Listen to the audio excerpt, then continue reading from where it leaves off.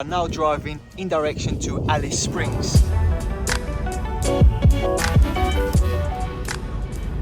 And we just saw another kangaroo. Welcome to Coober Pedy or Coober Pedy, or I'm not sure how to pronounce it. Anyway, this is nearly halfway to our final destination. We're gonna stay here the night because we don't want to drive anymore. We want to spend a little bit of time in this town, which is a mining town, and it's quite a famous stop for people that drive from Adelaide to Alice Springs. So we're gonna stop here. Yeah, let's see what this place is all about.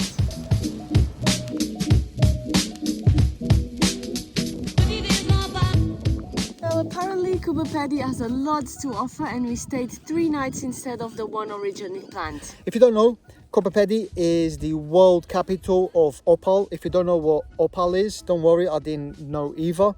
But it's a precious stone, a gem that is quite expensive and mined over here. 85% of the world's opal is mined over here, so it's a big deal. It's simply the most stunning gemstone on the planet. It's just remarkably beautiful. You can put the thing away for a week, pick it out and look at it, and you can still see things inside it that you've never ever seen before. We learned this at the free museum that they have. There's information about opal, but also about the indigenous people that live here and the region. It was very interesting and a very complete museum, I must say. Yeah, there's a little bit of information about the region, the area, the indigenous people, a little bit of everything. Coober Pedy is a unique, wacky town, I must confess. That's for sure.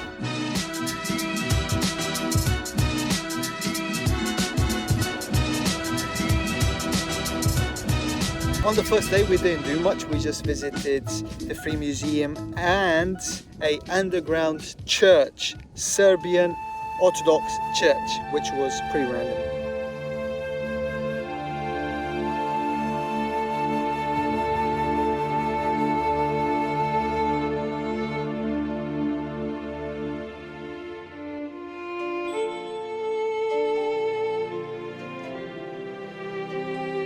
The reason why we visited only the church and the museum was because it was raining, so we had to take cover, and the only 2 places that were open were those 2, so we ended up only visiting that and then stayed for the night in a freedom campsite, which was pretty quiet, and we had toilets, and the toilets were also underground.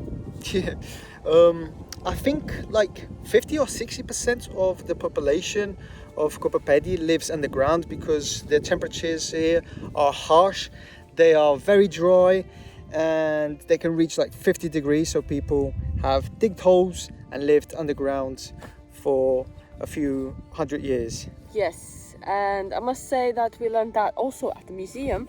The underground houses, they are called dugouts, and people have dug them because they realized that underground the temperatures were pretty much the same, between 20 and 25 degrees all year round, so very pleasant temperatures, rather than just staying on the top of the earth and being super Cooked hot. alive. Yeah, super hot and not pleasant at all. And after days of work, who wants to stay in a massive oven? Nobody. They just want to chill in their homes.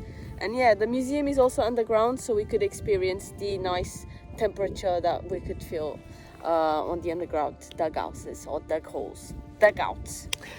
So many dugs.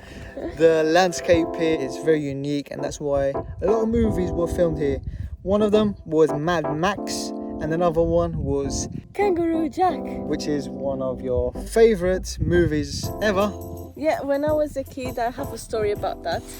And it's funny enough because when I was a kid, I kept stealing my brother's DVD of Kangaroo Jack, and I kept watching and watching it and watching all over again, thinking that he would not realize that I was stealing his DVD and putting it back into his DVD folders. It was like a massive folder full of DVDs, but he realized, so he gifted the DVD for me on my birthday. I don't remember how old I was, but I was a kid. And the film was out at the time recently, so it was probably... I think 2003. Yeah, around 2003, 2004, around that time.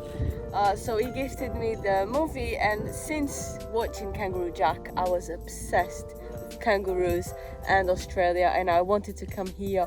It was like my dream to come to Australia and to see kangaroos in the wild jumping around. And I don't know, if you haven't seen Kangaroo Jack movie, go and watch it and then you realize what I'm talking about.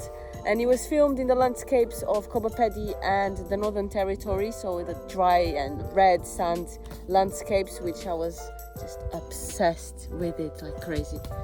So yeah, one of my dreams was to come to Australia because of that movie, and I didn't realize, because it was many years ago that I watched it, I didn't realize that it was actually filmed in Coober Pedy. That was the actual... Because we rewatched the movie last night. Yes, we did rewatch the movie last night, and then we was like, oh.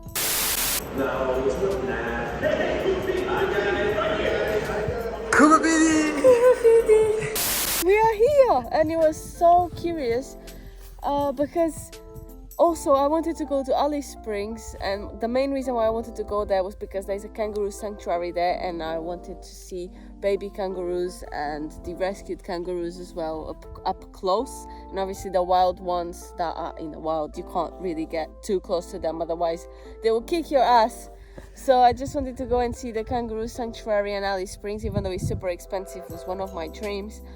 But I don't have to go anymore because there is a kangaroo orphanage, or kind of a sanctuary, where they rescue kangaroos, either adult ones that suffered any injuries, or baby ones where they lost their mother. So there is a rescue center there, and they take really good care of them.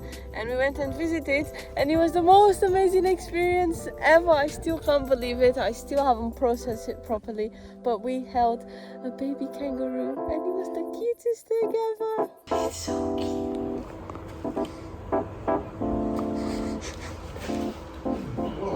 Go out the back and let them meet a couple of our bigger kangaroos. Are they all friendly? Yeah. Yeah. And I've got some wasabi peas here for the big ones out the back. And I'll give this little one a bottle. Hello there.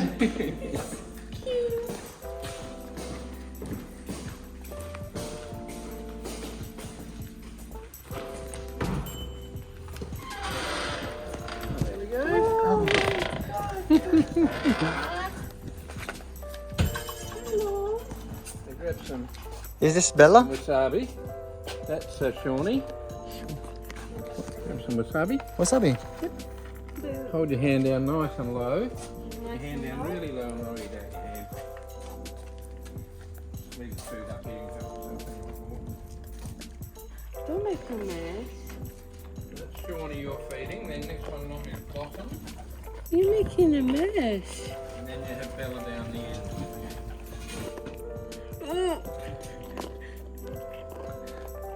You want more? No, you can feed it yourself. You can feel it stinking, stung everything. Oh my god. He's friendly though. Yeah, so basically what we do is take an orphan kangaroo, so when the mothers are killed we end up with the babies, and you get them in two ways. One where mum's killed on the highway. Yeah, so we get them from where mum's killed on the highway. The other way we get our kangaroos is from the local Aboriginal people who still hunt kangaroo for dinner, so they go and hunt the mother to eat.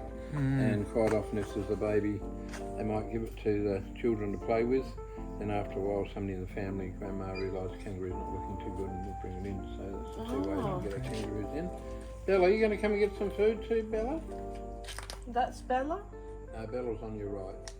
That's Bella. That's Bella, yeah. This is Shawnee and Blossom. Blossom. Yep. Blossom. Bella? Blossom. Come here, boy. Yes, yeah. Yep, she's recovering, yeah. Not you, Shawnee. You're ready to eat. She's had a big cancer removed, and he's thinking like. So this is Daphne. She's about 6 months of age. Hello, Daphne. If she hops up to you and give her a little pat, just don't try and pick her up. She falls over, ignore her. She's got to learn to get up herself. Oh. Yeah, so when they're born, they're about the size of your thumb. They climb into mum's pouch, and that's where they stay for 6 months while they grow their fur. So once they have their fur sort of coming up to Daphne's age now, The mother kangaroo starts pushing him out the pouch, learn how to hop and stand and get around. And also learn to go to the toilet outside the pouch rather than inside. They mum some housework. So little Daphne here is learning to stand and hop. Very well yet. Still got wobbly legs. Yep. And she tries. Yeah, I know. Oh, that's how It's you scary out there. you catch a kangaroo. In the bed, here's your bed. Come on, in you go. Whoop. Oh, and about she goes. Put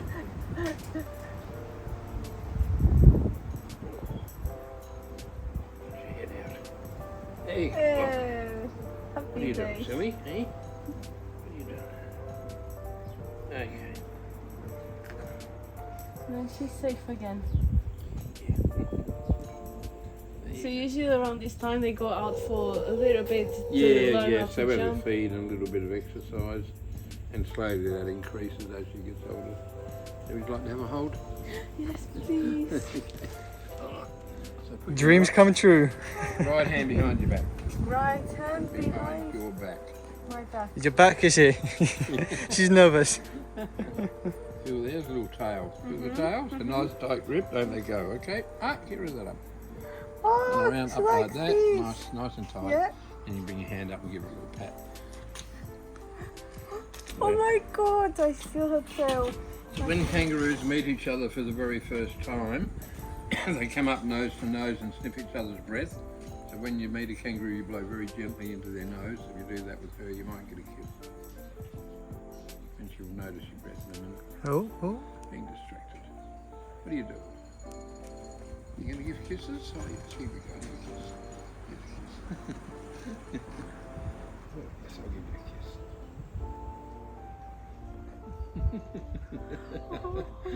kiss.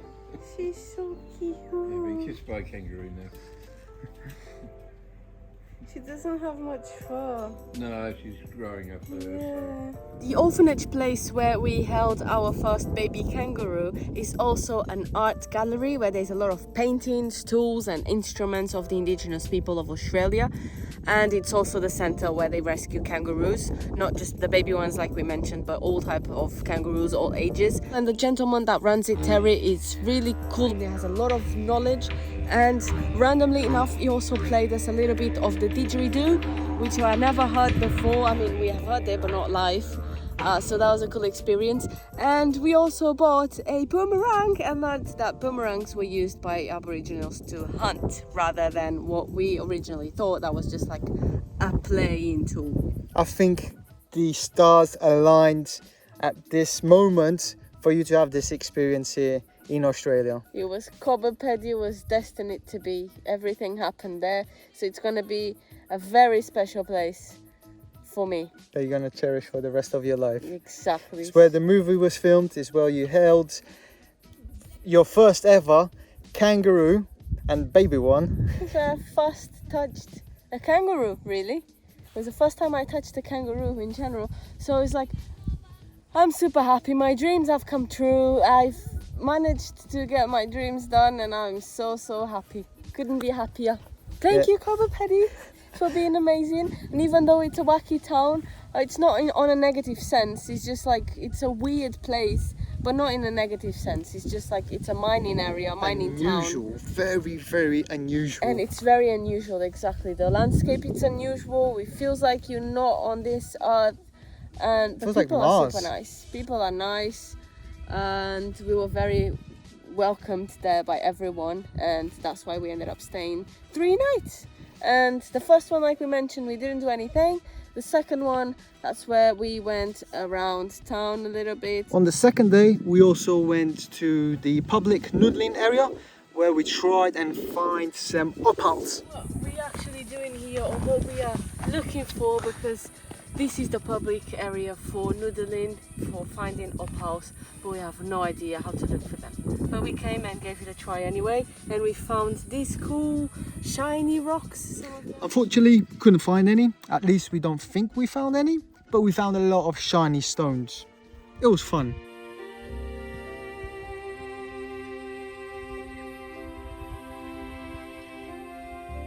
The first night we stayed at the Freedom Camp, but then on the second and third night we went to a caravan park. to have a bit more, you know, Comfort. yeah, we needed to chill out, have a nice swimming pool, facilities there, A running nice water. shower, running water, exactly. It was so good, and we deserved it because we've been on the road for a really long time, and it was our first time on a caravan park, on a paid one. We have never paid for a campsite before In Australia. in Australia, and in New Zealand we paid I think one at Twice, the beginning yeah, I or think something, twice. but mainly because we needed to have a shower and there was no showers around. So, and this time we looked.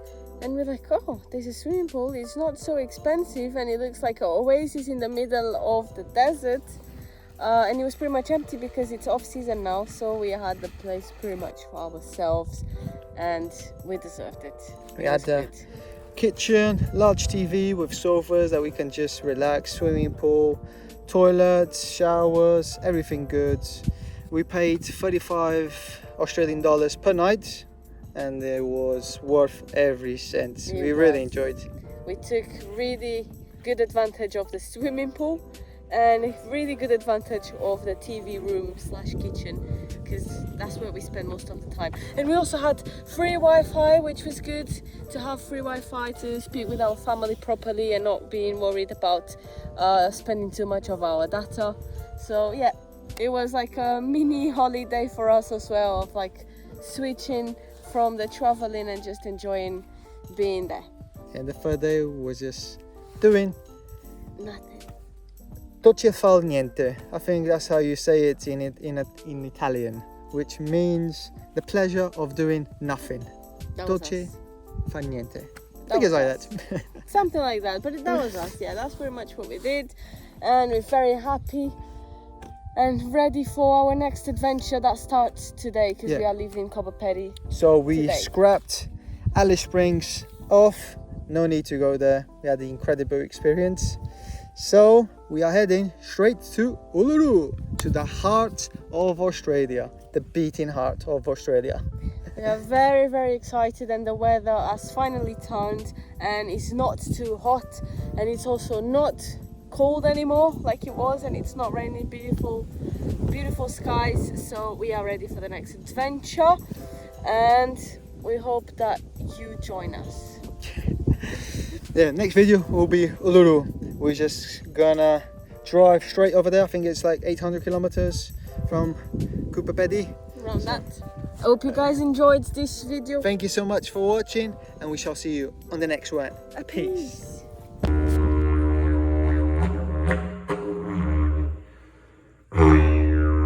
Didgeridoo.